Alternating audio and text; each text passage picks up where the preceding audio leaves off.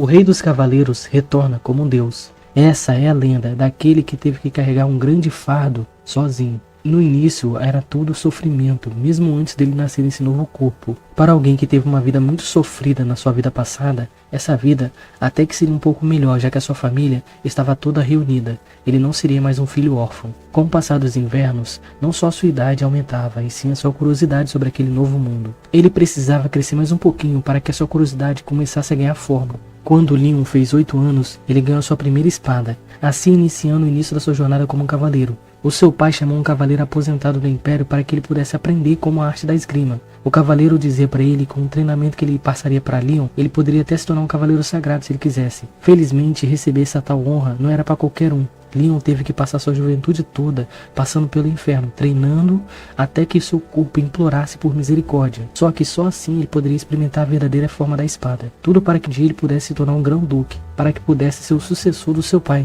Com 16 anos, ele vagou e desmembrou esse mundo todo, lutando contra os demônios para proteger os inocentes, para que um dia pudesse ser notado pela deusa. Nos seus 20 anos, finalmente a deusa deu o ar da graça para ele e o reconheceu como um cavaleiro sagrado, assim fazendo Leon iniciar sua jornada derrotando o mal, para que o bem pudesse viver e as pessoas pudessem buscar aquela luz no fim do túnel, fazendo todos os inimigos caírem perante o nome da deusa. Uma notícia muito triste acabou parando sobre o reino. O rei de Leonheart acabou falecendo. No meio daquela dor que parava no ar, que dava para sentir, as pessoas sentiam essa dor. A deusa escolheu pelos seus feitos Leon como digno do sucessor do coração sagrado, assim nomeando o rei daquele reino, agora se tornando o rei de Leonheart. Após 80 anos lutando contra os demônios, o seu número estava cada vez mais forte, mas nada que o povo pudesse temer. Os desgraçados do Império resolveram amaldiçoar todos em busca de poder, acabou trazendo a desgraça perante aquele mundo. O Lorde do Caos acabou sendo liberto e acabou vindo para esse mundo para destruir tudo.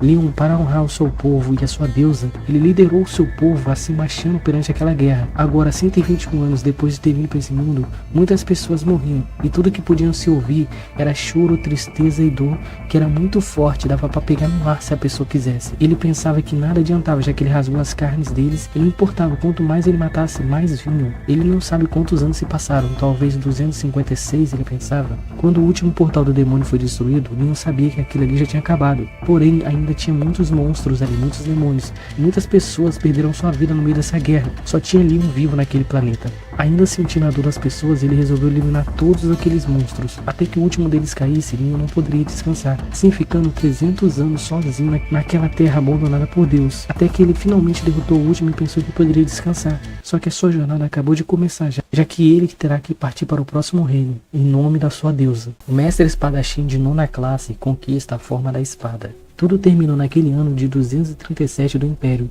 mesmo após a Guerra Divina, onde inúmeros monstros que eram chamados de corrupção apareceu. Quase todo mundo acabou sendo destruído, mas no meio daquela escuridão acabou surgindo a luz. Kiryu McGivern, o Santo da Espada. Depois de inúmeras batalhas que ele venceu, lhe foi concedido o título de Guardião do Império. Kiryu não percebeu, mas a traição viria do próprio Império. Oliver, que seria o Imperador, se deixou ser seduzido pela corrupção, matando a todos que foram considerados heróis na Guerra Divina. E no fim ele acabou buscando eliminar Kiryu junto. E após ele se vingar dos seus companheiros que morreram covardemente através de Oliver, Kiryu sabe que a sua jornada acabou de começar. Como as pessoas não sabiam que o Imperador, ele que era o traidor, todos iriam pensar que Kiryu matou o Imperador, então iriam chamá-lo de traidor. Nard Malg, que era um dragão de platina, avisou para Kiryu que ele teria duas escolhas. Primeiro, matar todos que foram testemunhas de vê-lo matando Oliver, ou vagar até a Torre de Rafael, onde ele poderia conquistar um desejo. A Torre de Rafael era uma torre misteriosa, onde nem mesmo Magro, que era um dragão muito experiente, sabia o que tinha lá dentro. Kiryu, ele sabia que ele teria uma chance de conquistar essa torre, só uma. Assim que ele conquistasse ela, ele não sabe o tempo que ele levaria, mas ele teria essa chance para finalmente conseguir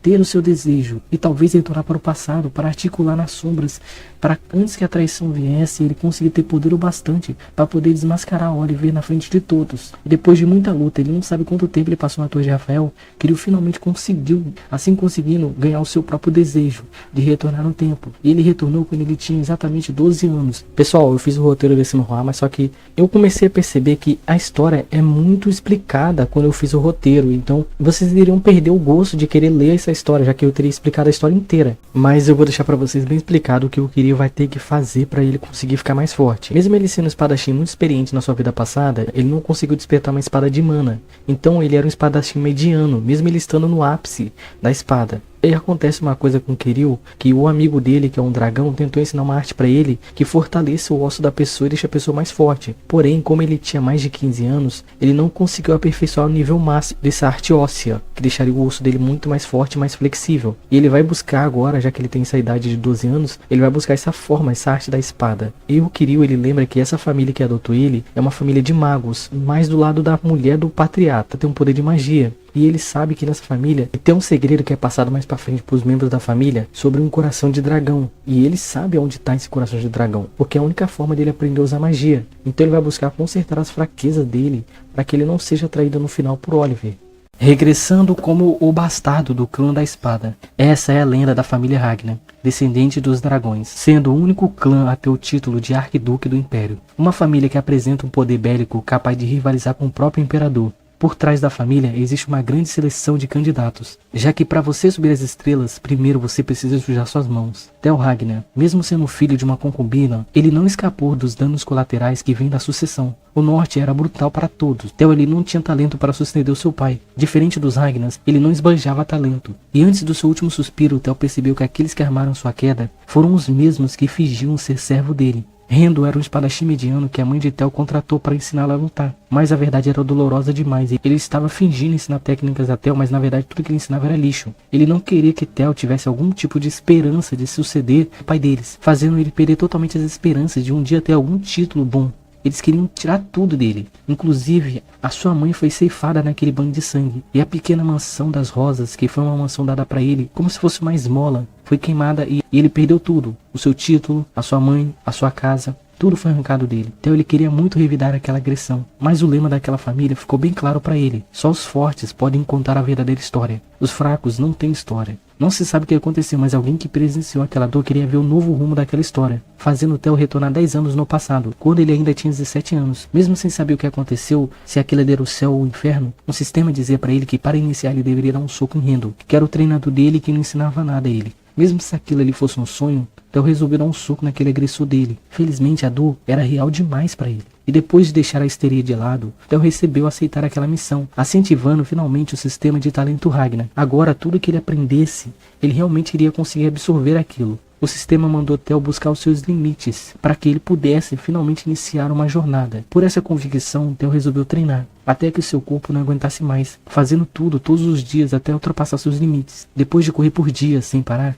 Theo ele finalmente conseguiu. Ele passou seus limites, assim recebendo o coração de dragão. Era uma técnica do seu clã que era muito rara. Geralmente você recebe a mana no seu abdômen, só os Ragnars recebem no coração. Theo sabe que Rendo ele está lá para atrapalhá-lo, então ele resolveu fazer uma coisa, mostrar para todos que Rendo era um farsante. Ele desafiou ele para um duelo. Na família, só os mais fortes sobrevivem. Esse duelo, que seria a primeira vingança dele, iria acontecer em uma semana. Rendo ele só era um peão no meio do seu tabuleiro, mas será só um lembrete para mostrar para todos que fizeram mal a ele no futuro, para ele se preparando, já que ele vai vingar ele e a sua mãe. Eu me tornei o prodígio da espada da família renomada. Sem aviso prévio, fissuras começaram a surgir em todo o mundo. Muitas pessoas vieram a morrer devido a esse acontecimento tão prematuro, mas no meio daquela tristeza, pessoas começaram a despertar poderes. Porém, como tudo começou com dor, deveria terminar com dor. Muitos caçadores quiseram manter os poderes entre eles mesmos, só cruzando entre eles, buscando ficar mais forte através da linhagem de sangue. Tudo em busca de fortalecer o seu poder ainda mais, para ganhar mais riquezas e ser mais forte naquele meio.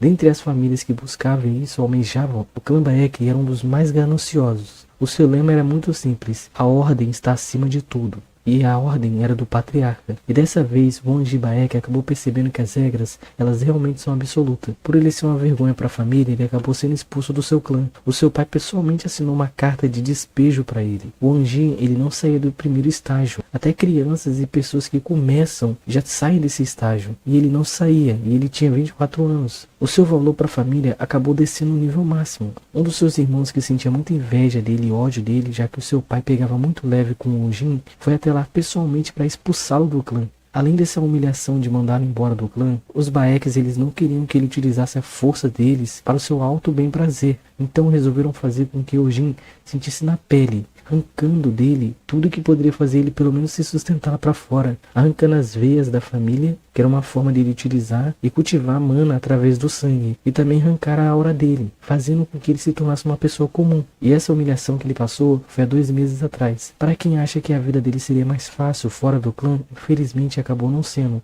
E isso começou através dessa fissura. E esse nível de brutalidade nunca tinha sido catalogado em nenhum lugar. Foi a primeira vez que isso aparecia naquele mundo, era muito azar. Muitas pessoas acabaram morrendo, e o Ojin ele tentou lutar até que os caçadores chegassem. Só que sem as suas veias, que refina a mana, ele só poderia segurar o máximo possível. Mas entretanto, a força de vontade não valeria nada, já que o peso daquela ameaça é muito grande para ele. O Ojin ele viveu como lixo e no fim morreu como lixo. Tudo por causa do clã Baek. Através desse sofrimento, foi-lhe feito um teste e perguntou se ele realmente queria se vingar. E o Ojin ele aceitou essa vingança. Ele não sabe se foi um sonho que ele vivenciou 10 anos enquanto ele dormia, ou se realmente aquele pesadelo foi verdade. Porque ele se olhando no espelho, ele percebeu que ele retornou 10 anos no passado. E não foi só isso, ele acabou sendo escolhido pela espada Blackstone. E essa espada, ela refina o usuário, fazendo ele ficar muito mais forte. Então todas as limitações que ele teve no futuro poderia ser quebrada pela espada passo a passo. E Blackstone diz para ele que vai ajudá-lo através de missões a chegar aos céus. Mas primeiro ele precisa passar pela lama. E através dessas missões ele vai ficando mais forte para um dia conseguir talvez se vingar da sua família. Mas primeiro ele vai começar pelo irmão dele que expulsou ele dali e que fez a vida dele inferno. Um deles, é claro. O mestre espadachim que foi criado pelas estrelas. Crescemos para encontrar o nosso próprio caminho. Mas quando esse caminho vem até você antes de você procurá-lo, as coisas começam a ficar bem mais insuportável do que parecem. Vlad, desde aquele dia que ele foi atingido por um raio negro, ele começou a escutar vozes em sua mente. E aquela voz sempre guiava ele aonde aquela espada estava. E essa voz dizia para ele que ele deveria seguir o caminho da espada. Gemini, que era uma irmã de sobrevivência de Vlad, tanto ela quanto o seu irmão Raven, que era o seu irmão mais velho, que sobreviveram órfãos nas favelas, ela sempre dizia para ele que ele deveria sair daquele lugar e ir embora. Aquela espada era muito cara para que ele pudesse comprar. E Vlad, ele sabe que ele não tem condições nenhuma para comprar aquela espada, já que na favela, e para sobreviver você precisa jogar sua dignidade fora e trabalhar. Mesmo sabendo que a sua aparência seria um grande presságio para ele, já que a sua aparência é de um nobre, ele teria que se moldar através da dor para ficar mais forte, para que as pessoas não pisassem nele. Quando ele fez uma certa idade, o mesmo começou a trabalhar em Suara. Era um lugar nas favelas onde era governada por 5 facções: o Cavaleiro das Prostitutas, Jorge, o Açougueiro Black, o Mestre do Cassino Trapaceiro, o Caçador de Baleia, o Capitão Rover, e por fim, o Sugador de Dinheiro Jack. O Vlad ele trabalhava para o Cavaleiro das Prostitutas George. Lá ele era um simples vendedor de velas. Às vezes tinha que lidar com os encrenqueiros também. Mas não era nada que um bom diálogo não pudesse resolver. Mas nem sempre foi assim. Vlad teve que aprender muito cedo. A favela ela tinha uma simples regra: você não pode ser pego roubando. Se você for pego roubando, é cortado 2 dedos de você e isso tornozelo. Eles literalmente são arrancados, te transformando no inválido. O irmão de Vlad, Raven, para sustentar ele, ele batia a carteira. Mas ele acabou sendo pego e acabou tendo sua vida totalmente destruída. E depois que seu irmão se tornou inválido, ele começou a treinar o cérebro dele. E ele acabou se tornando uma pessoa muito bem sucedida, já que ele tinha uma coisa muito mais importante do que os músculos, o cérebro. Mesmo que eles tenham passado por muita dificuldade no passado, a vida finalmente estava começando a trilhar uma coisa boa, até que aquele dia aconteceu. Um dos clãs rivais foi conversar com George, que era o líder da região onde o Vlad trabalhava. A conversa, mesmo parecendo ser boa, ela não foi totalmente dos agrados, e George resolveu dar uma arma para Vlad e disse para ele que as coisas iam ficar um pouco mais difíceis. George ele era um cavaleiro aposentado, então ele era muito poderoso e as pessoas temiam ele. Então, para que eles pudessem o ameaçá-lo, é porque eles têm outro cavaleiro também. Isso fez com que George mandasse uma carta para um amigo para que ele viesse ajudá-los também, e pediu para Vlad ir até esse amigo e guiá-lo até a cidade, de uma maneira segura para que ninguém pudesse perceber que ele trouxe uma pessoa tão forte para ficar do lado dele. E Vlad ele aceitou isso como uma missão de vida e morte. Ele foi, já que ele tinha uma grande dívida com George. Quando ele estava caminhando até a cidade, Vlad percebeu que o clã do Jack acabou atacando primeiro. Então ele correu até George para poder ver como é que estava a situação lá. E ele acabou falando para George que o amigo dele estava vindo. E ele até falou que esse amigo dele era muito poderoso, já que ele tinha áurea. Foi aí que George falou que na verdade não. O amigo que ele pediu para vir não sabia usar áurea.